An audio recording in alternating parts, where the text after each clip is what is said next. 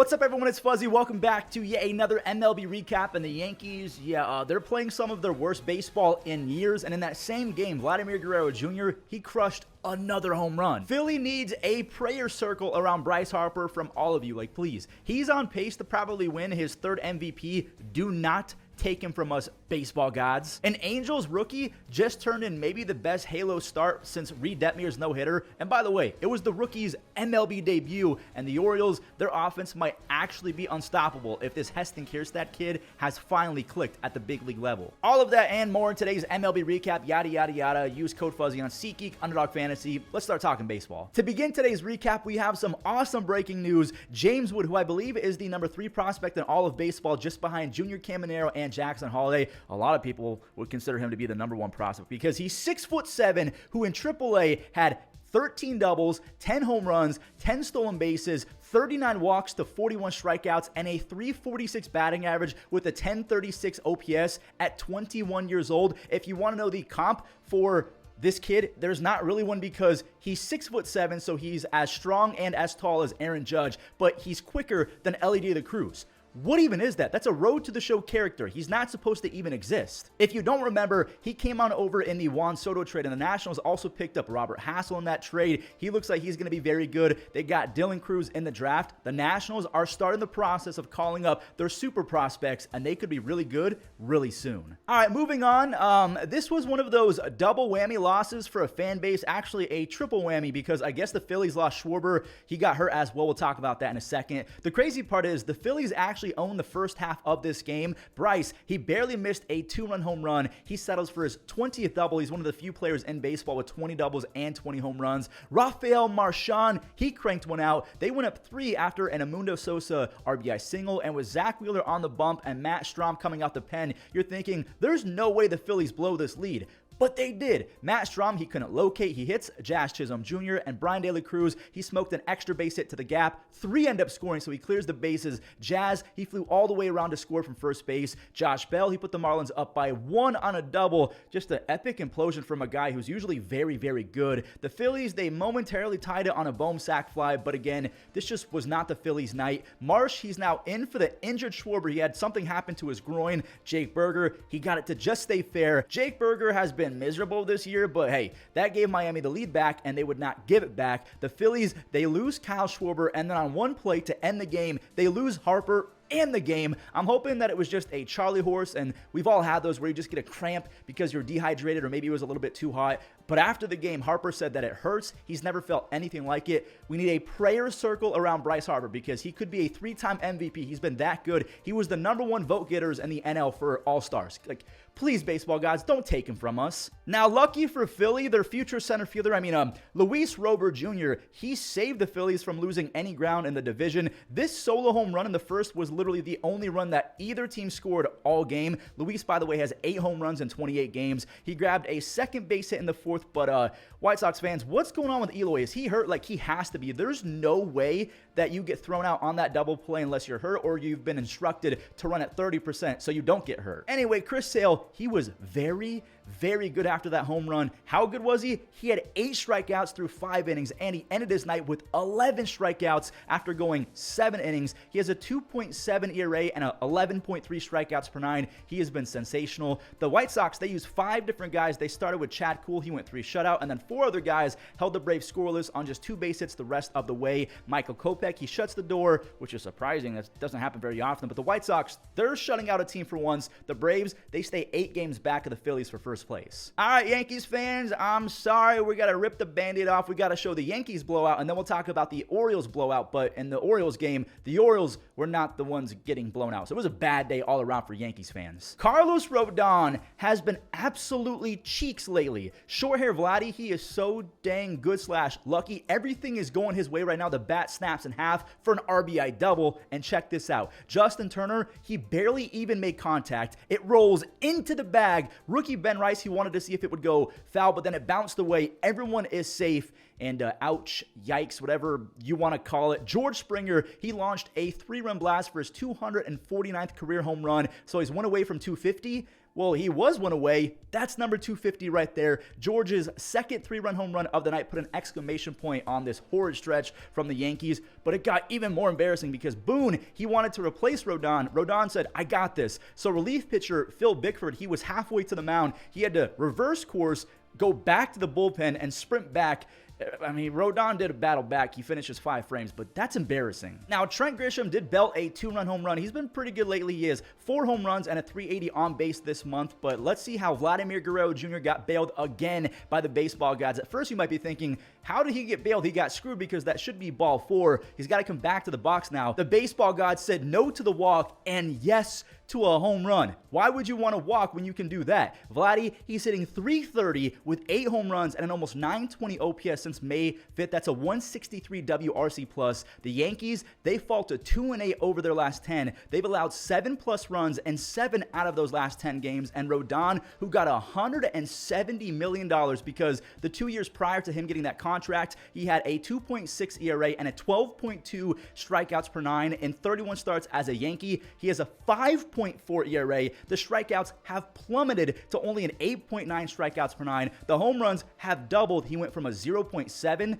home runs per 9 to a 1.8 home runs per 9. He has been absolutely atrocious. One of the worst left-handed contracts in baseball right now, which is saying something because Jordan Montgomery, Patrick Corbin, and Blake Snell all exist. Like, Robbie Ray, I forgot about Robbie Ray as well. So yeah, if you're a general manager, just do not give any money to a left-handed starter. They're going to have a 6 ERA and completely ruin your financials for the next decade. Oh, by the way, if you guys forgot, because that was a lot of mess that we had to cover, the cherry on top for this no good, awful, very bad, miserable day for Yankees fans, the Orioles, they embarrassed Texas, and I mean, the Orioles mega lineup was kind of in effect, and we're not even factoring in Jackson Holiday or Kobe Mayo. Heston Kjerstad, he knocked in Gunnar Henderson, and the potential all-star Jordan Westberg, the rookie, cleared the bases. He missed his 14th home run by a few feet. That is a 3-run 3-bagger. The dude's got 48 RBIs. Heston Kjerstad, he stepped in and he cranked a 415 2-run moonshot to center field. This kid is the final Infinity Stone. Heston was the 2nd overall pick in 2020. In AAA this year, he had 16 home runs and 58 RBIs in 56 games while hitting .301. If he gets going and Baltimore trades for a Garrett Crochet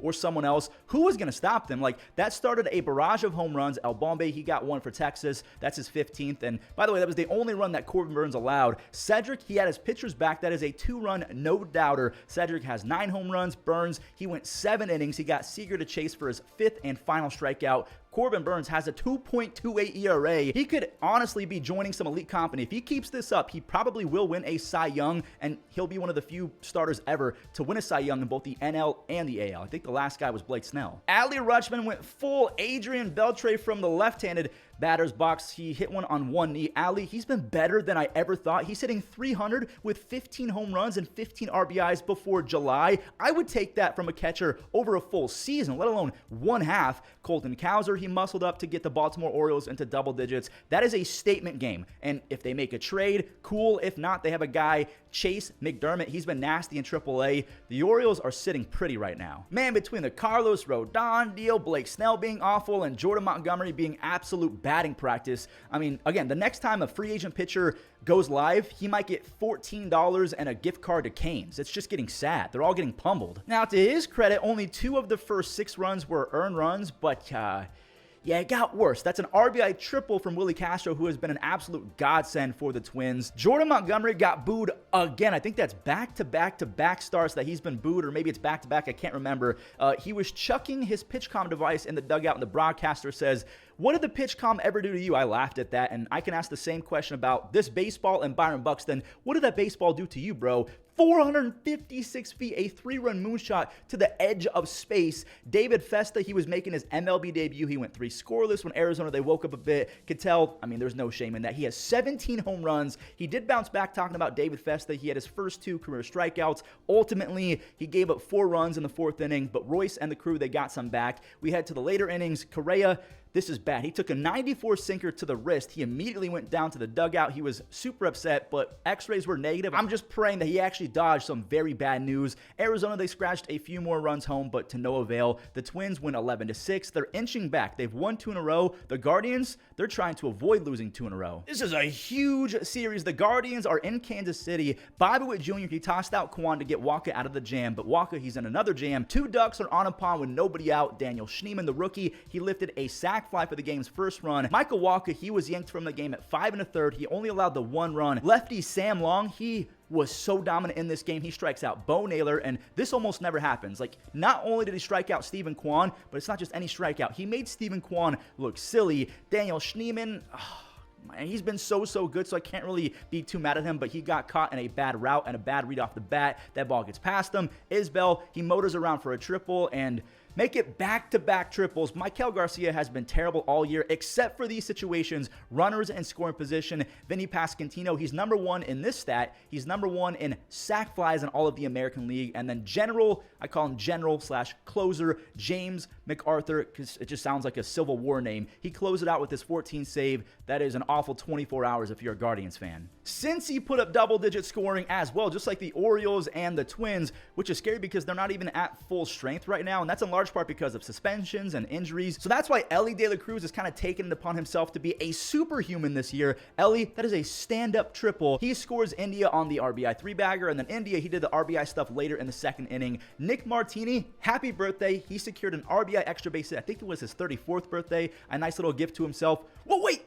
Noelvi Marte is back. This is very bad for the rest of baseball. He laced an RBI double, his first of 3 base hits. Goldie, he cranked one as well, but Stuart Fairchild, he does not care about his health. He wants to make every play physically possible. What a play from him. Now, Nolan did have Goldie's back. He made sure that this ball did leave. Nolan's only hitting .250 with 7 home runs and a 96 OPS plus. He hasn't been very good over the last 2 seasons. Elly, he's at it again with the speed. He steals second base for his 38th stolen bag of the year, and the man who rakes, that's number 10. Spencer Steer is on pace for 20 home runs, 103 RBIs, and 24 stolen bases. He's one of the best fantasy players in all of Major League Baseball. Will Benson, he kept the extra base stuff going. He goes the other way for an RBI double. Stuart Fairchild, same exact thing. He smokes an RBI double. And then a few moments later, he stepped in again, and he singled for another RBI. Again, this is a scary game. Both Baltimore and Cincinnati are showing what they're capable of. And do not forget about Christian Encarnacion Strand, who had 9 home runs, 21 RBIs,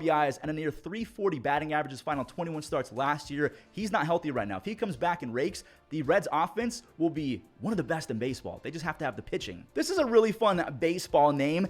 Davis Daniel, he was making his MLB debut for the Angels. That's an easy 1-2-3 first inning. He needs a lot of that because he's facing Jack Flaherty. When did Miguel Sano get back? So many dudes are just magically showing up from the IL or suspensions. I got to get better with keeping up with that. Sano, he rips a solo home run, and Davis Daniel, he kept carving on the bump. He went 4 shutout, and now he's up by 2. Willie Calhoun, he jumped on a fastball. Willie Calhoun is hitting .280 with 12 extra base hits. The slugging has to go up considering he's their DH, but maybe hitting .280 with a bunch of singles is all they need. Davis K's the bad man, who, despite my inner fanboy, Akil Baddoo, was on the verge of getting cut. Davis then got Malloy to whiff, so it's 5 scoreless for the rookie, and that was basically the trend for the rest of this game. Shanuel, he ruined the home run, and Davis carving vibes with an RBI single, but Rengifo, he got right back to the home run stuff with a 2-run jack. Rengifo is hitting .312 with the 122 OPS plus and 20 stolen bases. Now we can go back to Davis Daniel. More strikeouts in the 6th. He's back out for the 8th inning.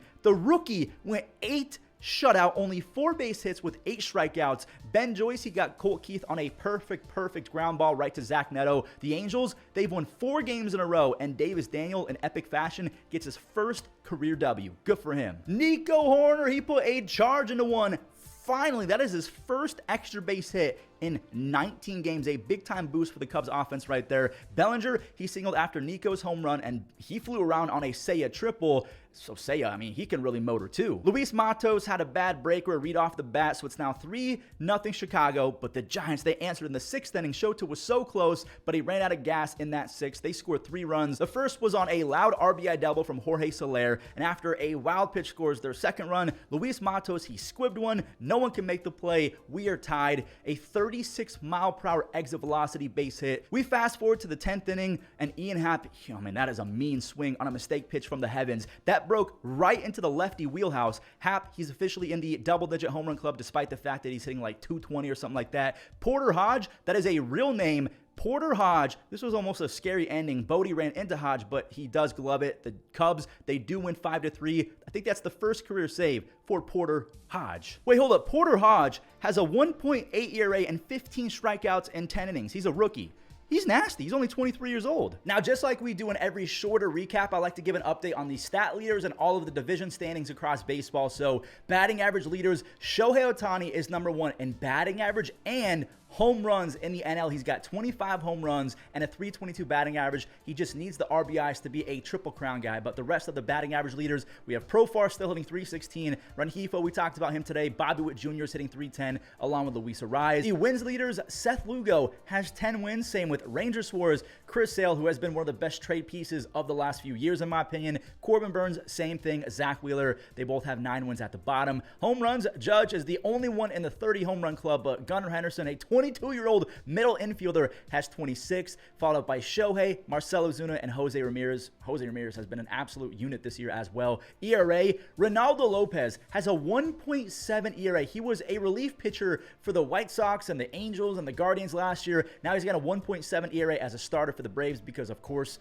they just fixed Chris Sale and Ronaldo Lopez. Rangers got a 2.01 ERA. Tanner Houck has been incredible. Corbin, we talked about him today. Seth Lugo, we talked about him a couple days ago. RBIs, Judge has 77 already. Only 2 guys in the 70 RBI club. Then you have Alec Bohm just behind Jose Ramirez with 65.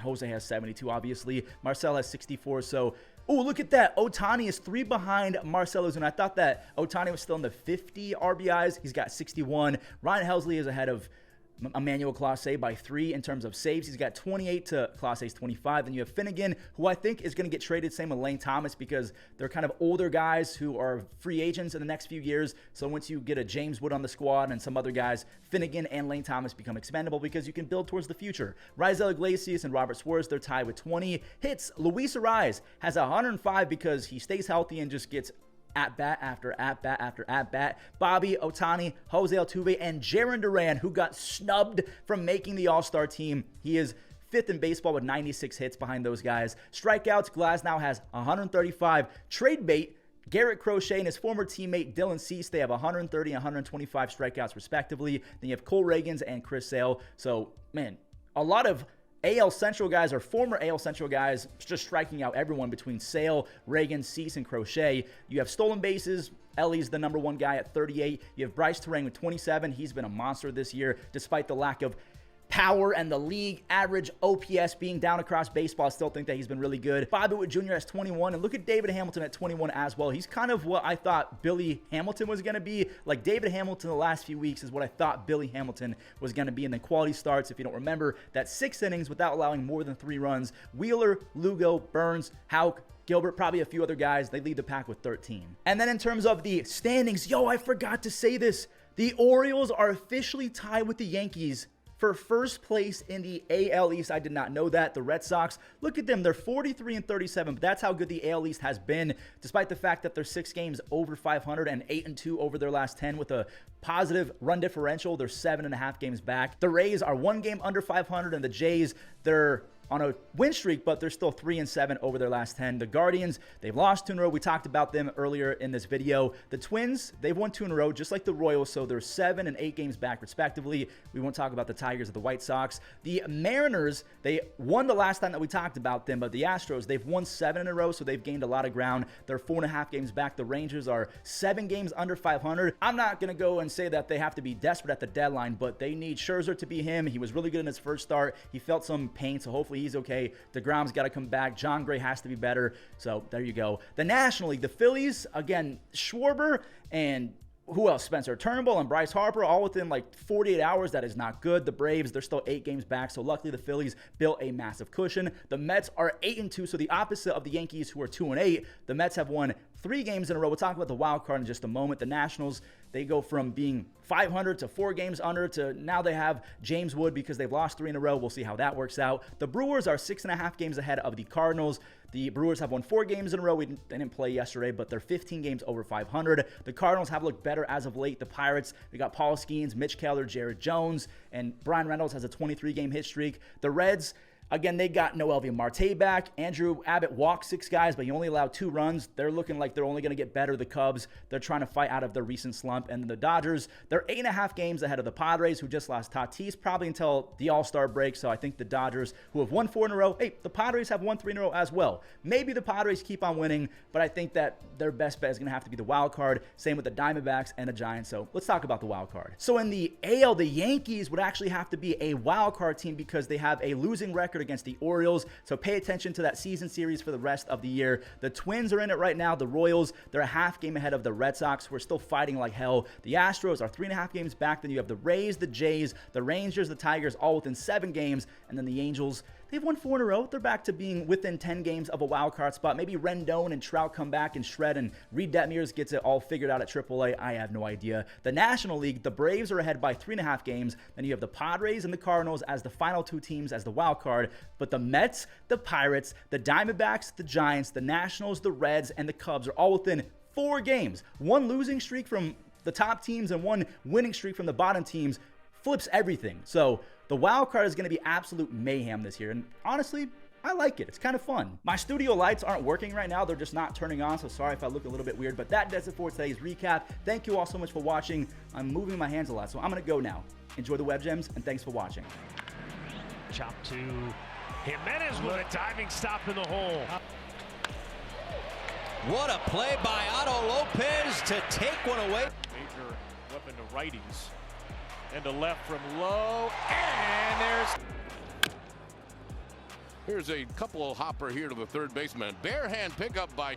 Yeah, he was one of the best pitchers in baseball. diving shot. Carpenter, great feed to win and a double play. Also kept the bases empty in front of Jose Ramirez, who flicks it down the line. He's going for 2, lost his helmet. Renfro's throw, a good one. There's the tag. Strike pitch.